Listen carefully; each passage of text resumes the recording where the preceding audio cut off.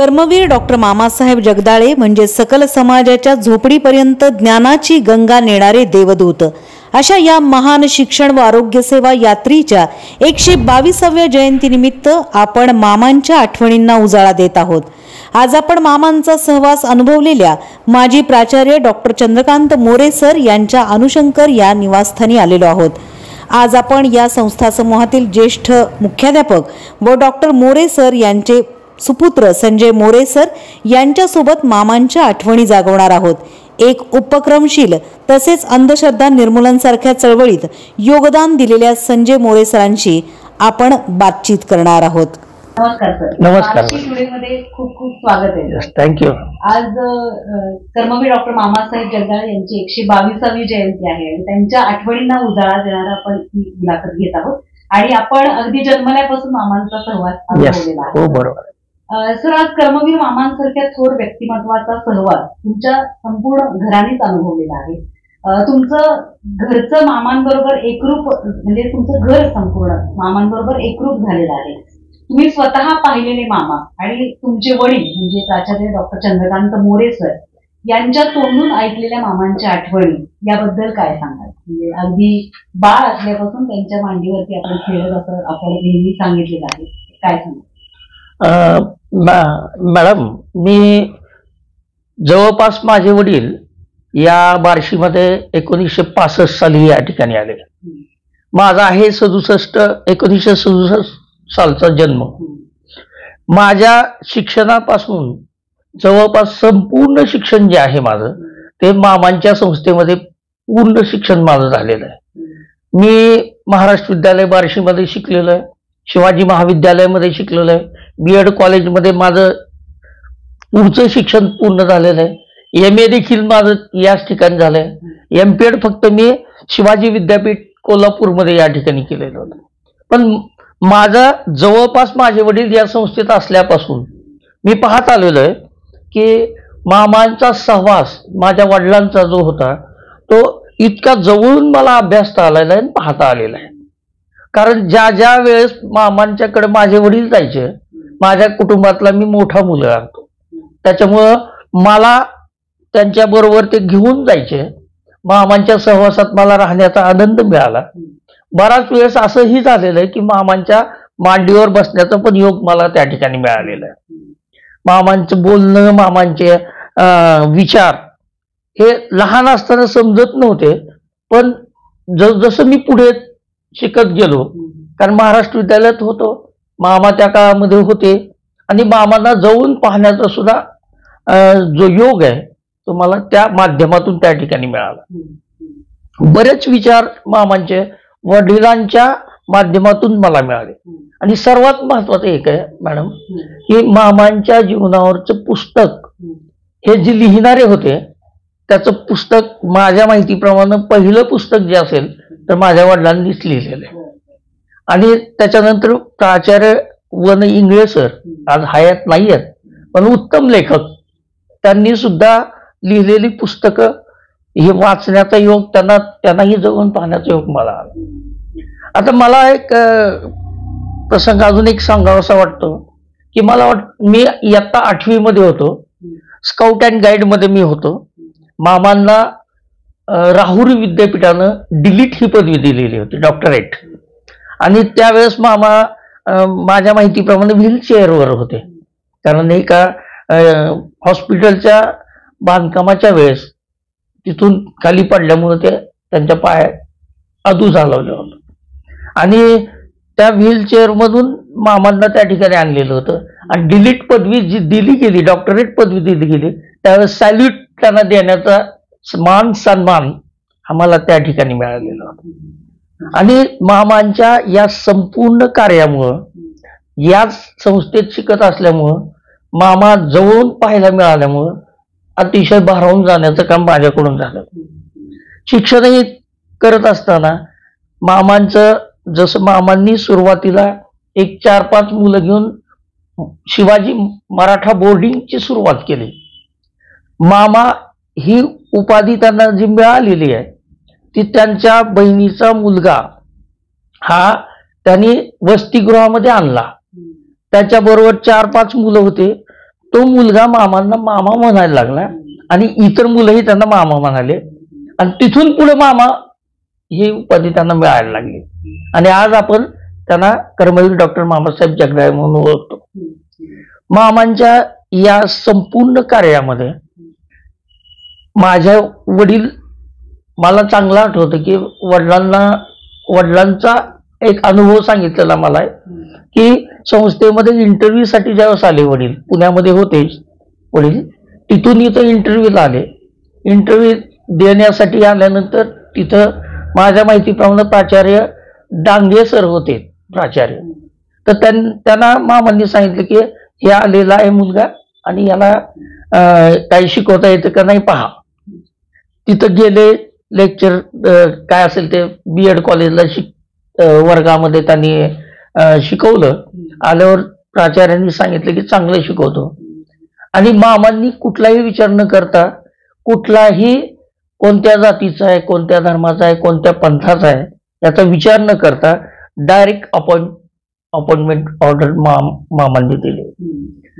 त्याच्यानंतरही काही वर्षानंतर अचानक माझ्या वडिलांना बोलवून घेतलं आणि सांगितलं की तू त्या संस्थेच्या ऑफिसमध्ये पैसे भर.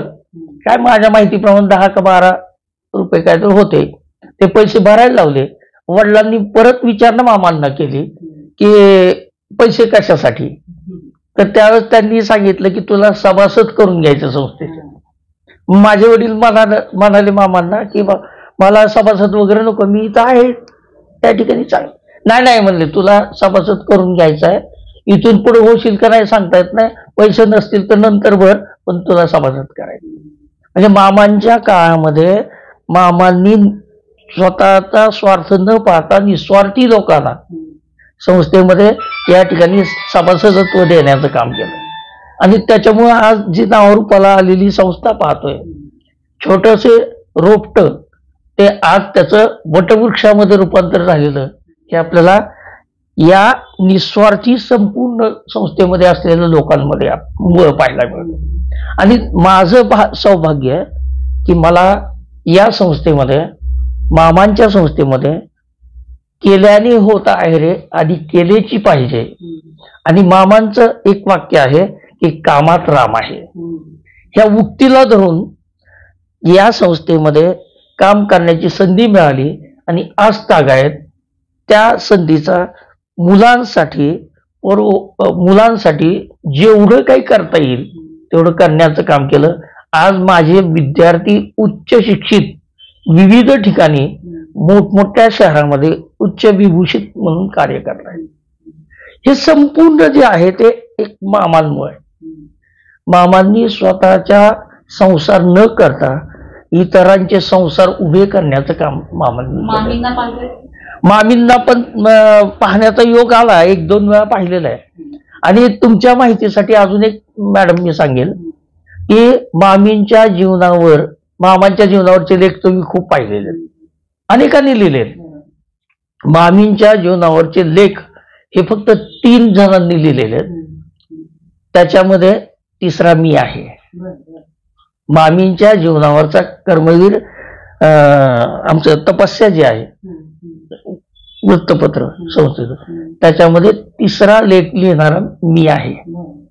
तर मामींच्या जीवनाचा पण मी अभ्यास केलेला आहे. मग एवढं मोठं खडतर व्रत मामांनी आपल्या जीवनामध्ये अनुभवलं आणि ही संस्था उभा केली. हजारो दीनदलित असतील, हजारो दारिद्र्यावस्थेत जगणारे असतील, बहुजनांची मुलं असतील, त्या सर्वांच्या हाताला काम देऊन त्यांचा उदरनिर्वाह करण्यासाठी उभा करण्याचं काम करणारे म्हणजे कर्मवीर डॉक्टर मामासाहेब.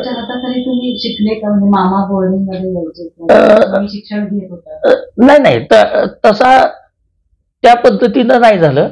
पण ज्यावेळेस मी होतो त्यावेळेस मामा व्हीलचेअरवरच होते, त्याच्यामुळे मामा काही त्या ठिकाणी आले असं नाहीये. पण मामांना मी ज्या वेळेस एखादा कार्यक्रम संस्थेचा असायचा त्यावेळेस वडिलांच्या समवेत मी असल्यामुळे मामांच्या जवळ मी असायचो. तिथं मामा उचलून घ्यायचे, म्हणजे व्हीलचेअरवर असायचं पण मांडीवर घेऊन बसायचं. मला त्याचे फोटोही कदाचित माझ्या आमच्या घरामध्ये अल्बमला आहे.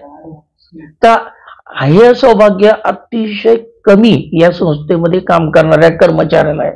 त्यातला एक मी भाग्यवान आहे. आता तुमच्या कौटुंबिकच एवढं सहवास होता, तर मामा कधी घरी आले असा काही प्रसंग घडला? हा, मला तो एक प्रसंग चांगला आठवतो की माझं हे आत्ताच अनुशंकर निवास जे आहे, राहतं घर जे आहे मॅडम, तर त्या राहत्या घरामध्ये 78 साली आम्ही या ठिकाणी आलो. 77-78च्या काळात झालेलं असेल मला. मग वास्तुशांती होती. मग मामा व्हीलचेअर मध्ये होते. मामांना सांगितलं की वास्तुशांती त्यांच्यापर्यंत गेलं असेल किंवा सांगितलं माझ्या वडिलांनी. मामा म्हणले मला तुझ्याकडे यायचंय, मला वास्तुशांतीसाठी यायचंय, घर बघायला यायचं. मग त्या गाडीमध्ये मामांना घेऊन आले, व्हीलचेअरने मामा आतमध्ये आले. आतमध्ये आल्यानंतर मला तो प्रसंग वडिलांनी पण सांगितला. मी पण त्यावेळेस चांगला जाणत्या वयात होतो. मी ते मामा आले, संपूर्ण त्यावेळेस ही रूम नव्हती, संपूर्ण रूम मामांनी पाहिल्या, पण एक रूम जे आहे, जे मध्ये आहे बेडरूम, ती रूम बंद होती. सगळ्या रूम पाहिल्या वडिलांनी दाखवल्या, एक रूम फक्त बंद होती. मामांनी विचारले हे का मला दाखवलं नाही रूम? तर नाही म्हणे, काही नाही त्यात रूम मध्ये, काही नाही आहे म्हणले. एवढी नाही मला बघायचं म्हणे. ती रूम मामांनी उघडायला लावली. आतमध्ये गेलं तर जसं वास्तुशांतीच्या वेळेस होम हवन केलेलं असतं, तर ते होम हवन त्या ठिकाणी केलेलं त्यांना पाहायला मिळालं. मग त्यांनी वडिलांना विचारलं माझ्या की हे काय केलंस तू? तर वडिलांनी सांगितलं ते वास्तुशांतीच्या वेळेस हे करावं लागतं मला, आणि ते होम हवन त्या ठिकाणी केलं. मग मामांनी विचारलं की हे करण्यासाठी किती पैसे गेले? मग त्या काळात 77-78च्या काळात 1000 रुपये काहीतरी सांगितले वडिलांना. तर म्हणले हे का केलं तू? तर म्हणले माझ्या आईनं करायला लावलं म्हणून मी केलं. मग माझ्या वडिलांना मामा म्हणाले की बोलव तिला, आणि आजीला माझ्या बोलवून घेतलं आणि विचारलं हे कशासाठी केलं? तर हे करावं लागतं मामा म्हणले किती पैसे गेले? त्यात 1000 रुपये गेले. आणि त्यावेळेस एक वाक्य की त्या काळामध्ये एक संदेश देणारं वाक्य असं आहे की मामा म्हणाले 1000 रुपये इथं जाळून टाकले, ते 1000 रुपये जर मला दिले असते तर माझ्या वसतिगृहामध्ये असलेल्या मुलांच्या तोंडामध्ये अन्न गेलं असतं, हे पैसे जाळून टाकले तुम्ही. म्हणजे हा संदेश त्या काळामध्ये मामा एक अंधश्रद्धा निर्मूलनाचं काम करतायत हे एका त्यांच्या वाक्यावरून स्पष्ट होतं. मामांचे प्रत्येक शब्द जे आहेत ते एक संदेश त्याच्यातून प्राप्त होत होता, आणि तो संदेश मला त्या माध्यमातून मिळालेला. तुम्ही बोर्डिंग मध्ये त्यांची भाकरी आणि आमटी खाल्लेली आहे? हो, अगदी अगदी. माझं एक भाग्य आहे माझं की असं कोणाला मिळालं नसेल कदाचित, की माझं शिक्षण महाराष्ट्र विद्यालयात झालं, आणि माझी पहिली नोकरी सुद्धा महाराष्ट्र विद्यालयातच लागलो मी. आणि अजून त्याचं पुढचं सौभाग्य असं आहे की जे शिक्षक मला 4 शिक्षक मला शिकवायला होते तिथं, त्यांच्यामध्ये मी स्टाफ मेंबर म्हणून सहभागी होता आलं. तर मी बोर्डिंगमध्ये अनेक वेळा त्या ठिकाणी विद्यार्थ्यांसह जेवलेलो आहे. ते पिठलं भाकरी असेल किंवा आमटी भाकरी असेल, ते सुद्धा चाखता आलं मला, त्याचा स्वाद घेता आला मला. त्याच्यातला जो आनंद आहे तो आनंद इतर कुठल्याही जेवणामध्ये मिळू शकणार नाही, अशा प्रकारचा आनंद. आणि त्या भाकरी आमटीतनं आज आपल्याकडं आमच्या संस्थेमध्ये देशा परदेशामध्ये उच्च विभूषित पोरं, त्याची आठवण, त्याची चव, त्याचा स्वाद आजही त्यांच्या ओठावर असलेला आपल्याला पाहायला. म्हणजे मामांचे विचार असतील, मला हेही ऐकायला मिळालं, मला कधी ते अनुभवायला मिळालं नाही की मामा कोणी चुकत असेल तर मामांच्या हातामध्ये काठी असायची, आणि त्या काठीचा वार एकदा पाठीवर बसला की तो मुलगा भविष्यामध्ये स्वतःच्या पायावर व्यवस्थित उभा राहील आणि उभा राहणार हे निश्चित असायचं. असे अनेक अनुभव आपण अनुभवलेले. तर मलाही तो अनुभव, मी काय बोर्डिंग मध्ये राहणारा नव्हतो, पण बोर्डिंगच्या मुलांच्या समवेत आणि शाळेच्या काही इतर कार्यक्रमामुळं वसतिगृहामध्ये आम्हाला खाण्याचा जेवण्याचा अनुभव सुद्धा त्या ठिकाणी प्राप्त झाला. मॅडमनी पण सरांकडून बराच वेळा ऐकलं असेल, मामा असे होते, मामा कडक होते, मामांच्या हातात काठी होती. तुमच्या पुढे काय मामांचं चित्र उभारलं आणि त्यांच्या व्यक्तिमत्वाबद्दल ऐकल्यानंतर तुम्ही काय सांगता? कर्मवीर डॉक्टर बाबासाहेब जगदाळे यांच्या 122व्या जयंतीनिमित्त कर्मवीरांना विनम्र अभिवादन करते. आज मी 1993 साली लग्न झालं. त्या काळापासून सगळं मामांचं जो इतिहास आहे तो मी आमच्या दादांकडनं, आमच्या सरांकडनं मी ऐकत आलेली आहे. माझं सौभाग्य असं की मी या शिवाजी शिक्षण प्रसारक मंडळाची जी संचलित बालवाडी आहे, शिशु संस्कार केंद्र, या शिशु संस्कार केंद्रात मला जे काम करण्याची संधी मिळाली हे माझं खूप खरंच मी नशीबवान की या संस्थेमध्ये मला काम करण्याची संधी मिळाली. याचा मला खूप आनंद आहे. तर तुम्ही शिक्षक म्हणून महाराष्ट्र विद्यालयापासून सुरुवात केली, स्टाफ मेंबर, शिक्षक असा प्रवास तुमचा भाकंबरेपर्यंत म्हणून कार्यरत आला. तर मामांच्या संस्थेत जेव्हा प्रवेश केला तेव्हा तुमच्या मनामध्ये त्यांच्याबद्दलच्या काय भावना होत्या? मामांनी ज्या कठीण परिस्थितीमध्ये संस्था स्थापन केली, विद्यार्थ्यांना जवळ आणण्याचं काम केलं, विद्यार्थ्यांपर्यंत ज्ञान देण्याचं काम केलं. त्यांचा त्या ठिकाणचा प्रवास पाहता त्यांच्याकडून, त्यांच्या कार्याकडून भारावून जाऊन मला इतका आनंद झाला की मी माझ्या ज्या शाळेमध्ये शिकलोय, ज्या शिक्षकांनी मला घडवलंय, त्यांच्यामध्येच मला त्यांच्याबरोबर काम करायला संधी मिळते. आणि तेही मामांच्या संस्थेत, ज्यांना जसं आपण म्हणतो ना की लहानाचे मोठे होत असताना एक आयडॉल आपल्या समोर असतात. आमच्या समोर मामाच होते, कारण त्यांच्याकडे पाहतच आम्ही मोठे झालो. कारण माझा कळत न कळत माझ्या जन्मापासून मी मोठा होत असताना आज मुख्याध्यापक होत आहे, तिथपर्यंतचा प्रवास जो आहे तो फक्त मामा, मामा आणि मामा यांचं चित्र, त्यांचं चरित्र नजरेसमोर ठेवूनच माझं झालंय. मामांनी जर एवढं महान कार्य त्या काळामध्ये केलं असेल, म्हणजे आपण म्हणतो ना की एखादा राष्ट्रपुरुष एखादं कार्य करत असताना प्रवाहाच्या विरुद्ध पोहून ते काम करावं लागतं. कारण प्रवाहाच्या दिशेनं पोहणं सोपं आहे, पण प्रवाहाच्या विरुद्ध दिशेनं पोहणं अवघड आहे. तेच काम मामांनी केलं. त्या काळामध्ये अशा संस्था उभ्या करणं अत्यंत कठीण काम असताना मामांनी दारोदार झोळी घेऊन अन्न मिळवण्याचं काम करून अशा मुलांना, अनाथांच्या मुलांना मोठं करण्याचं काम केलं.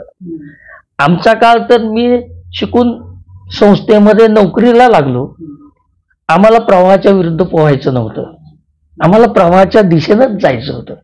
पण मामांच्या विचारानं धरून आम्हाला पुढे जायचं होतं. जे काम मामांनी केलं तेवढं काम तर आपल्याला होणार नाहीये, पण जे काम मामांनी केलं तोच त्यांनी केलेला विकासाचा, शैक्षणिक विकासाचा गाडा जो आहे तो पुढे कसा नेता येईल हा विचार डोक्यामध्ये घेऊन आम्ही मुलांपर्यंत जाऊन पोहोचलो. मला एक माध्यमिक शिक्षक असलो तरी 5वी ते 10वीची शाळा आहे. 5वीच्या वर्गात गेलो तर मला 5वीच्या मुलांच्या मानसिकतेत जाऊन शिकवावं लागतं, आणि 10वीच्या मुलात गेलो तर मुलांची ती मानसिकता जी आहे त्या मानसिकतेत जाऊन शिकवावं लागतं. जोपर्यंत एक शिक्षक हा विद्यार्थ्यांच्या मानसिकतेत जाऊन शिकवत नाही, त्यांच्या सारख्याच विचारात जाऊन शिकवत नाही, तोपर्यंत त्यांचे विचार हे मुलांपर्यंत पोहोचत नाहीत. मुलांनाही माझे शिक्षक हे आहेत अशा प्रकारचा मुलांमध्ये विचार निर्माण करणं, ती जवळीकता, तो स्नेह, ते प्रेम, तो जिव्हाळा त्या मुलांमध्ये निर्माण होणं अत्यंत गरजेचं आहे. आणि तोच विचार घेऊन मी महाराष्ट्र विद्यालयामध्ये काम केलं. महाराष्ट्र विद्यालय माझा एक वैशिष्ट्य आहे मॅडम, की मी ज्या ज्या ठिकाणाहून माझी संस्थेची गरजेनुसार बदल्या होत असतात आमच्या संस्थेत, तर जिथं जिथं ज्या ज्या वेळेस बदल्या झाल्या त्या वेळेस मी जेवढ्या वर्गांना मी शिकवलंय त्या वर्गाची मुलं त्या दिवशी निरोप समारंभामध्ये संपूर्ण मुलं ढसढसा रडतायत. म्हणजे याचा अर्थ आपण मुलांपर्यंत जाऊन पोहोचतोय, आपले विचार मुलांपर्यंत जाऊन पोहोचतायत. हे या सगळ्या गोष्टीवरून सिद्ध होतं. तुम्ही जसं सांगितलं की वास्तुशांतीला मामा आले होते आणि त्यांनी ते बघितलं होम वगैरे, आणि मामांनी सांगितलं की 1,000 रुपये तू याच्यात घालवण्यापेक्षा माझ्या मुलाला विद्यार्थी घास मिळाले असते. तर असे विचार घेऊन आणखी कोणत्या प्रेरणा घेऊन तुम्ही मुलं घडवत आहे? आता जसं सांगितलं की रडतायत मुलं, जी रडतायत त्यांच्या मनामध्ये भावना तुमच्याबद्दलच्या वेगळ्या असतील, तर अशा कोणत्या प्रेरणा मामांकडून तुम्ही घेतल्या, काय सांगाल? अशा अनेक पद्धतीनं जाता आलं की मुलांच्या शाळेमध्ये काम करत असताना वर्गामध्ये असलेल्या विद्यार्थ्यांमध्ये आता एक अनुभव असा झालाय की जवळपास 30, 31, 32 वर्ष झालं सर्व्हिस करतोय, विद्यार्थ्याच्या सानिध्यात असतोय. त्याच्यामुळे मुलांचे चेहरे ओळखणं, चेहऱ्याकडे पाहिल्यानंतर त्यांना काय समजतंय आणि काय समजत नाहीये, त्यांना त्यांच्या भावना समजावून घेणं. काही मुलांच्या काही अडचणी असतात, मग त्या घरच्या असतात, बाहेरच्या असतात, विविध अडचणी असतात. त्यांना त्यांच्या जवळ घेऊन त्यांच्या डोक्यावर हात ठेवून त्यांच्या पाठीवर हात ठेवून जर आपण जाणून घेण्याचा प्रयत्न जर केला, जे मामांनी केलं, तो प्रयत्न जर आपण स्वतः केला तर त्या मुलांना त्यांच्या अडचणी आपल्या आईवडिलांना सांगता येत नसतील कदाचित, पण ते आपल्या शिक्षकांना ते सांगू शकतात. आणि त्यांच्या अडचणी सोडवण्याचं काम म्हणजे शाळेमध्ये खरं तर घरामध्ये जसे आई वडील आहेत, जे पालकत्व घेतलं जातं, ते पालकत्व इथं शाळेमध्ये शिक्षक घेत असतात आणि घ्यावं लागणं गरजेचं आहे. तोपर्यंत तुम्ही विद्यार्थीप्रिय शिक्षक होऊ शकत नाही. शिक्षक दोन प्रकारचे आहेत, एक शिक्षकच असतो आणि दुसरा म्हणजे विद्यार्थीप्रिय शिक्षक असतो. विद्यार्थीप्रिय शिक्षक व्हायचं असेल तर त्याच्यासाठी तुम्हाला तुमच्याकडे असलेल्या विद्यार्थ्यांच्या पर्यंत जावं लागेल, त्यांच्या समस्या जाणून घ्याव्या लागतील, जे शिक्षण क्षेत्रासाठी अपेक्षित आहे. आणि हे डिव्होशन जर जोपर्यंत शिक्षक देत नाहीत तोपर्यंत तुमचा विद्यार्थी तुमच्यासाठी आपलासा होत नाही. त्यांच्या अडचणी समजावून घेणं, त्यांना काय असेल नसेल त्या अडचणींवर मात करायला आपण शिकवणं. कारण त्यांचा परिपक्वता नसल्यामुळे अनेक विषयावर ते गोंधळून जात असतात आणि त्यांना गोंधळून जाणाऱ्या विद्यार्थ्यांना जे मामांनी केलेले, जे मामा समजावून घेत होते, मामा फक्त कठोर होते असं नाहीये. जसं नारळ टणक असलं तरी आतमध्ये मऊ गर जो असतो, तसं मामांच्या बाबतीत होतं. जेवढं कठोर होते तेवढंच विद्यार्थ्यांवर प्रेमही मामांनी केलं. आणि तेच आजच्या काळातल्या शिक्षकांसाठी हे अत्यंत महत्वाचं आहे. हा संदेश घेणं महत्वाचं आहे की तोपर्यंत तुम्ही विद्यार्थ्यांपर्यंत जात नाही. तर अशा पद्धतीनं मामा सुद्धा विद्यार्थ्यापर्यंत पोचले पाहिजेत, त्यांचं कार्य त्यांच्यापर्यंत पोचलं पाहिजे. हेही काम शिक्षक म्हणून शिक्षकांनी करणं अत्यंत गरजेचं आहे. त्याच्यासाठी मला काय म्हणतात त्याला, शाळा व्यतिरिक्त काम करावं लागतं. ह्या वेदना मनामध्ये न ठेवता हे माझंच काम आहे आणि हे मी करायलाच पाहिजे, या पद्धतीनं ते काम केलं तर विद्यार्थ्याचा यशाचा मार्ग पूर्ण होऊ शकतो, यशस्वीपणे पूर्ण होऊ शकतो, असं माझं स्वतःचं मत आहे. छान संदेश दिलाय. तुमच्याकडे बालवाडीचा वर्ग असतो, तिथून ती मुलं 10वीकडे वळत असतात, तर अशा वेळेला पालकांनी मामांचं नाव, मामांचा आदर्श मुलांवरती ठेवावा अशा पद्धतीने तुम्ही शिकवत असता. काय सांगाल 122व्या जयंतीनिमित्त काय संदेश द्या अशा पालकांना आणि छोट्या मुलांना? शिशु संस्कार केंद्र मध्ये शिकवत असताना असंख्य प्रकारचे पालक, छोटी छोटी बालकं तुमच्या हाताखाली जातात.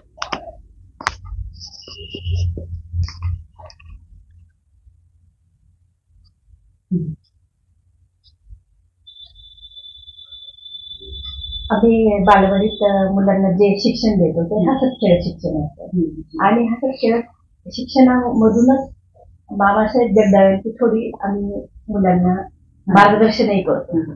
मामांचं कार्य, मामांचं छोटे छोटे असं गोष्ट तयार करून मामांच्या जीवनाविषयी त्यांना आम्ही कर्मवीर जयंतीनिमित्त त्यांच्यासोबत मांडत असतो.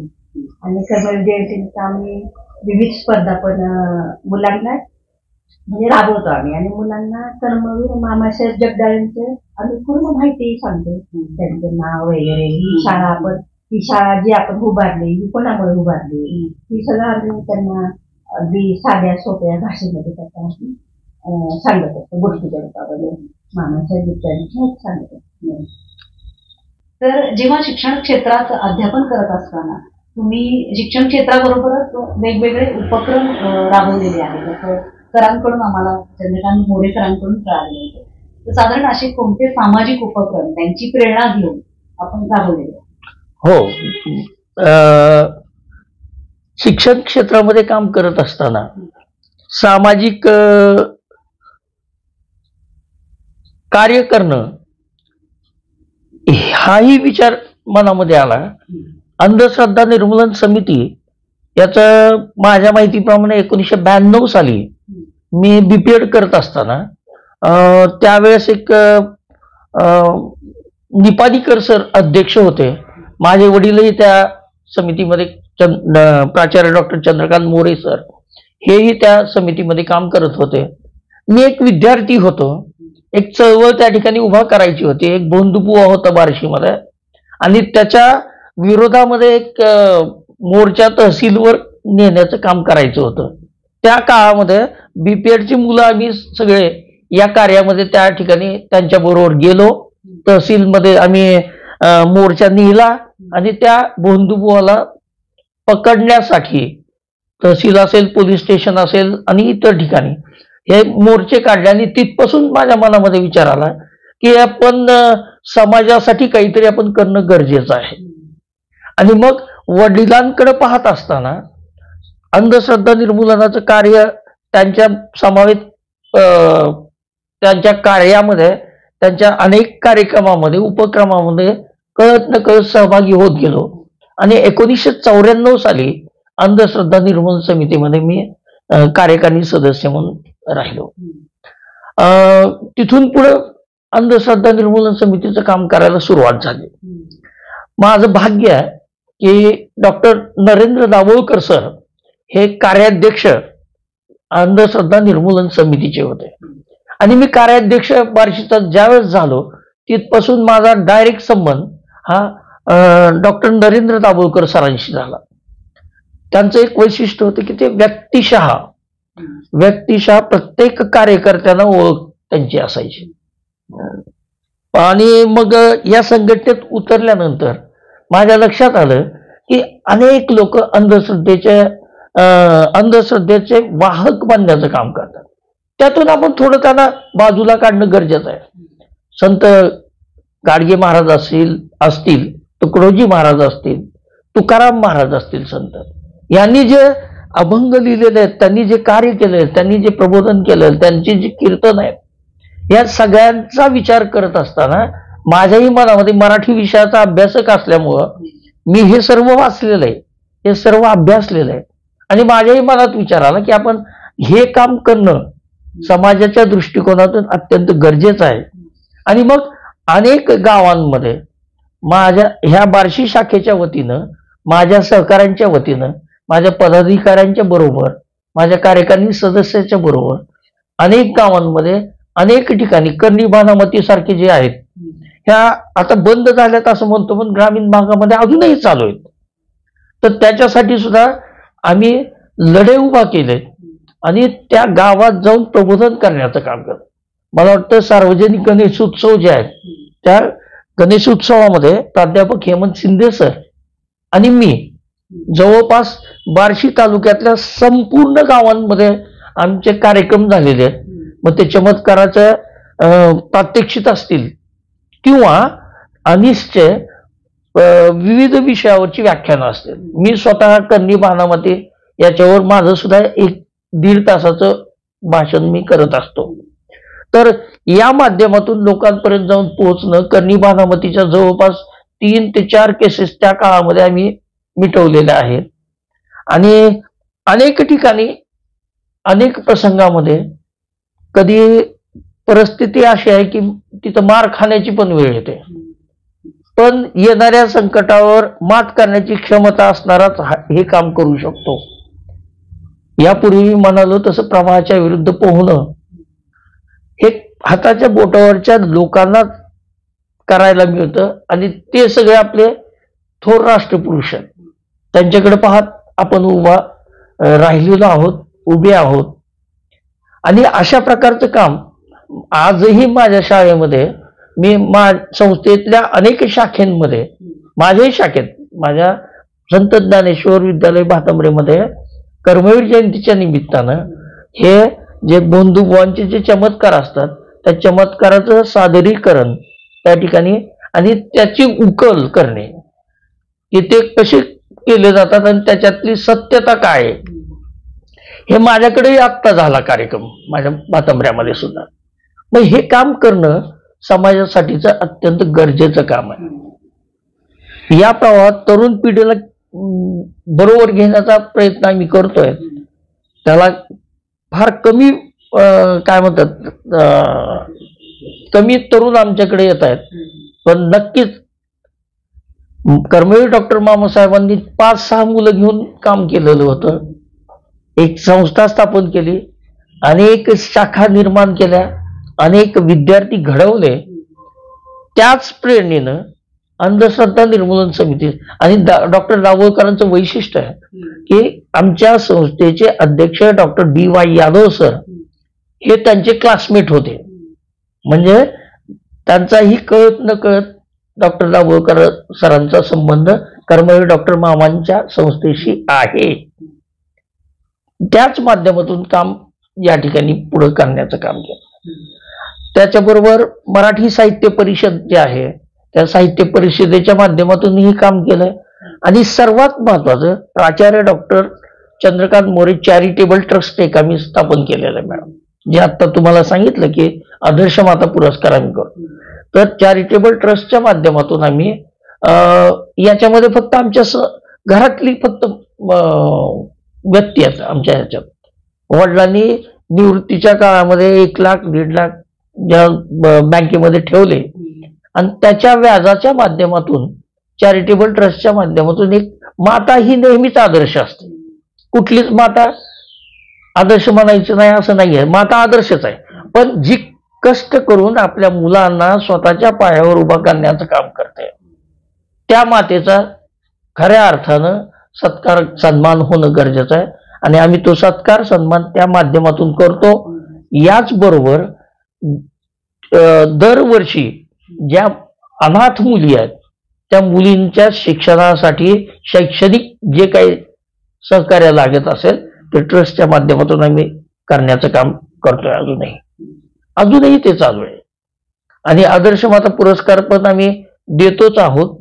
त्याच्यात सुद्धा वैशिष्ट्य आहे की कोणत्या जातीच्या आणि कोणत्या धर्माची आणि कोणत्या पंथाची ती माता आहे हे न पाहता फक्त कार्य डोळ्यासमोर ठेवतो आणि त्या आदर्श मातेचा सन्मान आमच्या माध्यमातून करतो. म्हणजे सामाजिक आपण जगत असताना सामाजिक ऋण हे फेडण्याचं काम आपल्याकडून झालं पाहिजे. हे जे आम्हाला आमच्या समाज सुधारकांना आणि क्रांतिकारकांनी सांगितलेलं आहे, आमच्या कर्मवीर डॉक्टर मामासाहेब जगदाळे यांनी सांगितलेलं आहे, त्याचा फुलाची पाकळी म्हणून जेवढं कार्य करता येईल तेवढं कार्य आमच्या माध्यमातून माझ्या माध्यमातून मी करत राहतो. शाळेत देखील माझ्या विद्यार्थ्यांना ज्यांना जिथं अडचणी आहेत तिथं मी माझ्या पद्धतीनं मी त्यांना सहकार्य करत असतो. त्यातही आमच्या संस्थेचं वैशिष्ट्य, ह्या मामांच्या संस्थेचं वैशिष्ट्य मी सांगेल की ज्या मुलीला या मुलाला ज्याची शिकण्याची परिस्थिती नाही, 12वी नंतर ज्याला उच्च शिक्षण घ्यायचं आहे त्याच्यासाठी त्यांनी जर एक अर्ज केला शिक्षणासाठीचा, उच्च शिक्षणासाठीचा, तर तो अर्ज केल्यानंतर तो संस्थेत जातो, कार्यकारिणीत चर्चा होते आणि त्या विद्यार्थ्याला तो परदेशात शिकू देत त्याच्या शिक्षणाचा शैक्षणिक खर्च जो आहे ती संस्था आमची उचलते. म्हणजे मामांच्या संस्थेचं कार्य आजही अमेरिकेमध्ये शिकणाऱ्या मुलांसाठी, आजही संस्थेनं शिकणाऱ्या मुलांसाठी एक भार त्याच्या शिक्षणाचं उचललेला आहे. हे थोडं का नाही आमच्यासाठी. या संस्थेत काम करत असताना आजचे सुद्धा माझे पदाधिकारी जर एवढं मामांच्या कार्याला पुढे घेऊन जाण्याचं काम करत असतील तर मी ऍज ए मुख्याध्यापक म्हणून, या संस्थेचा मुख्याध्यापक म्हणून, या मामांच्या संस्थेचा एक विद्यार्थी म्हणून आजही मला हुरूप येऊन हे काम करणं अत्यंत आवश्यक वाटतं. आणि ते कदाचित मी निवृत्त होईल पण तरीही माझं काम या मामांच्या कार्याला पुढे घेऊन जाण्याचं काम मी सदैव करत राहील हे मी आज तुमच्या समोर या ठिकाणी सांगू इच्छितो. संस्थेचे सर्व पदाधिकारी, संस्थेचे उपाध्यक्ष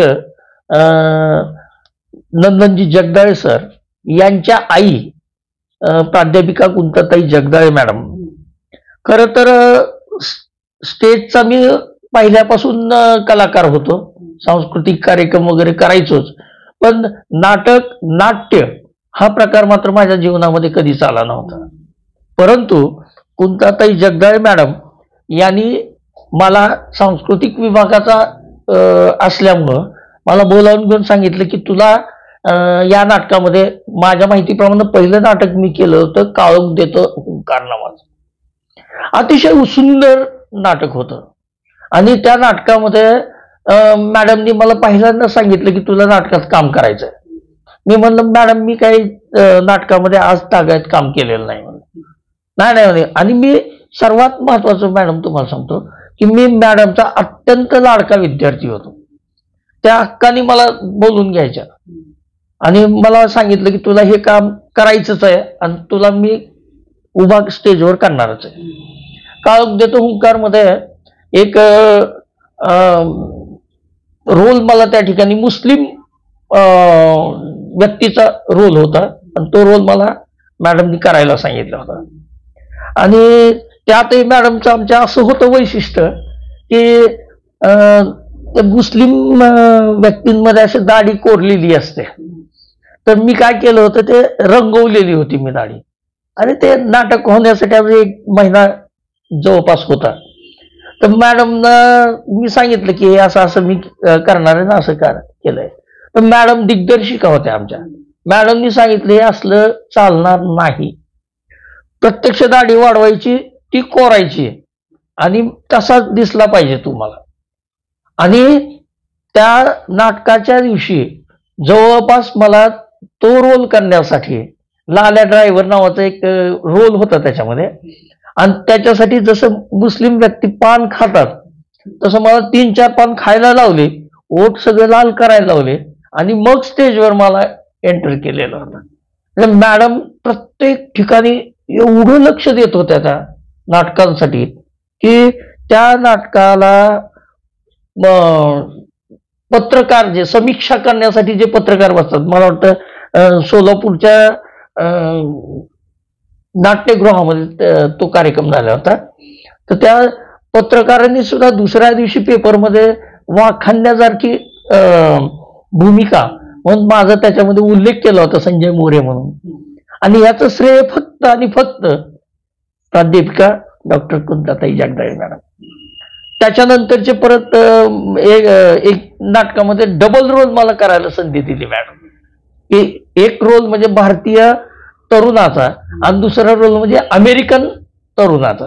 दोन्ही पात्र वेगवेगळ्या ठिकाणी यायचे आणि दोन्ही पात्र ती मला ते अमेरिकन माणूस आणि मराठी बोलताना त्याचा उच्चार कसा असतो हे मला जमायचंच नाही. खूप मी प्रयत्न केला, 8 दिवस प्रयत्न केला. शेवटी प्रेमापोटी मॅडमनी मला मारलं सुद्धा माझ्या घालामध्ये आणि मला सांगितलं तू हे मला 2 दिवसात हे बसलं पाहिजे तुझं मन म्हणे, तू काहीच करायचं नाही, दिवसभर बसायचं आणि तेच बोलायचं. शेवटी माझ्याकडून ते करूनच घेतलं मॅडमनी आणि तो रोल माझ्याकडून करून घेण्याचं काम केलं.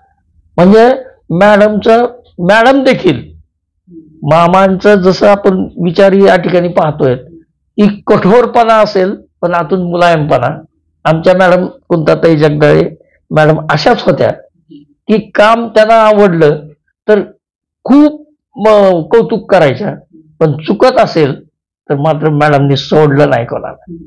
या पद्धतीनं ते 4 नाटकं आमच्याकडून करून घेतले.